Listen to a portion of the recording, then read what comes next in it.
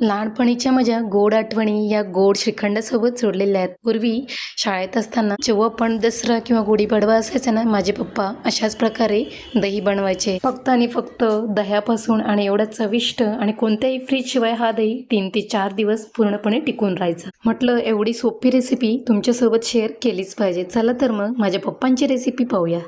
बाजारात एवढं महागडं मिळणारं हे श्रीखंड घरी इतकं सोपं, अप्रतिम आणि एकदम चविष्ट, कोणतीही मलाई न वापरता किंवा कोणतेही क्रीम न वापरता, दूध पावडर न वापरता अगदी फक्त आणि फक्त दह्यापासून इतकं चविष्ट हे श्रीखंड आपण घरी बनवतो ना. तुम्ही ही रेसिपी पाहिल्यानंतर तुम्हाला नक्कीच कळेल की आता श्रीखंड बाजारातून घरी आणायचाच नाही, फक्त घरीच बनवायचा. एवढी ही सोपी रेसिपी आहे, अगदी कोणीही बनवू शकतो. अगदी स्टेप बाय स्टेप रेसिपी दाखवली आहे. रेसिपीला नक्की लाईक करा आवडली तर. चला तर मग रेसिपीला सुरुवात करूया.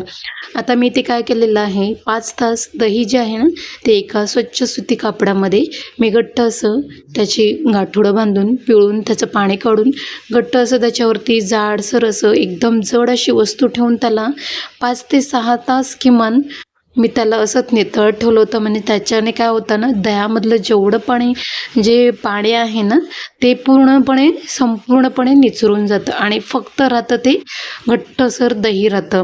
म्हणजे आपण जसं पनीर बनवतो ना घट्ट, तसा हा दही आपला शिल्लक राहतो आणि असं त्याचा गाढा असा तयार होतो. अगदी छान लागतो तो, चविष्ट लागतो. पण हे पाणी निचरणं अतिशय उपयुक्त आहे, गरजेचं आहे. त्याशिवाय आपलं दही जे आहे ते चवीला लागणार नाही. आणि मुख्य म्हणजे हे जे आपण दही घेतो ना, ते दही आपलं अगदीच एकदम आंबट नाही पाहिजे, अगदी गोड दही पाहिजे. अजिबात आंबट दही वापरू नका, म्हणजे त्याच्याने आपली जी श्रीखंड आहे ते अतिशय टेस्टी बनतं. आता हे दही मी घेतल्यानंतर पहा, त्यामध्ये मी अर्धी वाटी पिठी साखर घातलेली आहे. आता पिठी साखर घातल्यानंतर मेन पार्ट येतो अतिशय हातदुखीचं काम आहे. जेवढं तुम्ही हाताला त्रास देणार आहात तेवढं तुमचं दही अतिशय उत्तम बनणार आहे. त्यामुळे अगदी आरामात 10 मिनटं मांडी घालून बसा आणि याला फेटाळायचं आहे. तुमच्याकडे जर ब्लेंडर असेल, इलेक्ट्रिक ब्लेंडर असतो, तो जरी वापरलात तरीही छान बनतो. मी आता हाताने जो असतो ब्लेंडर तो वापरलेला आहे. व्हिस्करने मी केलेला आहे, व्हिस्क केलेला आहे. एकाच डायरेक्शनमध्ये आपल्याला याला फिरवत जायचं आणि जेव्हा याचा टेक्स्चर चेंज होतो ना, असं क्रीमी फ्लफी टेक्स्चर तयार होतो. त्यामुळे जे टेक्स्चर जर तुम्हाला चेंज झालं वाटलं, असं क्रीमिश टेक्स्चर येतं त्याला. पूर्ण अजिबात असं गाठी दाणेदार टेक्स्चर दिसलं नाही पाहिजे, पूर्णपणे स्मूथ पेस्ट तयार झाली पाहिजे. आता पाहता तुम्ही ते टेक्स्चर पूर्ण चेंज झालेलं आहे. आता मी 5 मिनटं घोटाळून झाल्यानंतर त्यामध्ये मी वेलची पूड घातलेली आहे, साधारण अर्धा चमचापेक्षा जास्त. आणि वेलची पूड घातल्यानंतर सुद्धा मी पुन्हा 5 मिनटं याला व्हिस्क करून घेतलेलं आहे. जेवढं तुम्ही फेटाळणार आहात ना, तेवढं हे दही आपलं अतिशय छान बनतं, अगदी चविष्ट बनतं. त्यामुळे नक्की व्हिस्करने खूप जास्त वेळ घोटाळा, अगदी तुमचे हातसुद्धा दुखू शकतात. त्यामुळे तुम्ही इलेक्ट्रिक ब्लेंडरसुद्धा यूज करू शकता, त्याने तुम्हाला सोपं जाईल. पण जे हाताने तुम्ही बनवताना त्याला अजून छान टेस्ट येते.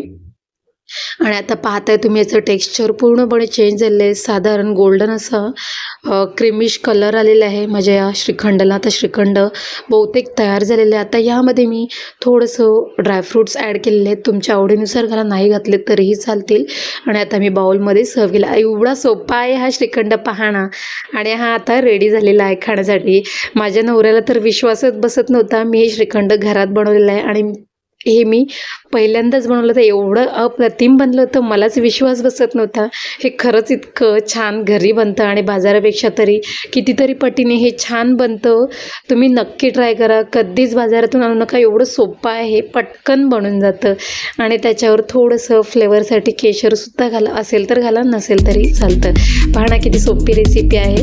रेसिपीला लाईक करा, शेअर करा, सबस्क्राईब करा. Bye bye.